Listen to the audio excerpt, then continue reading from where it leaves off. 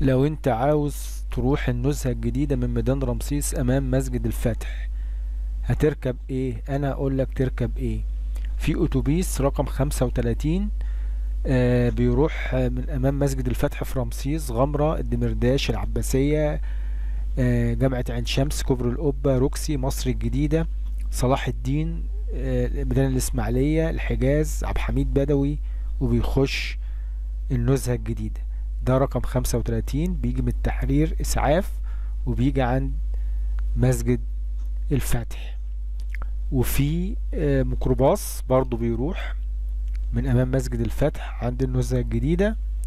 وهقول لك برضو في ميني باص، هقول لك الميني باص رقم كام.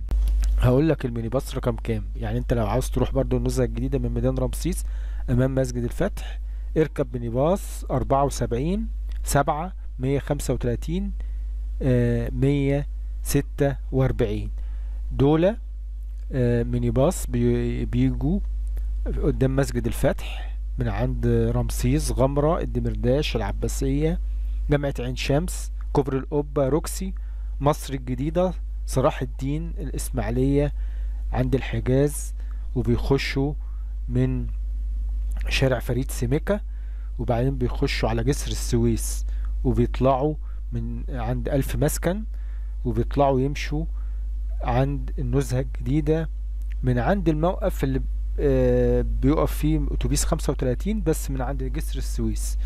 دول الميني باصات. وفي ميكروباصات بس قليلة شوية بتروح برضو النزهة الجديدة. وممكن برضو في المترو، تاخد المترو من ميدان رمسيس العتبة، وتاخد تاخد المترو اللي هو اتجاه عدلي منصور، وفي محطة في النزهة.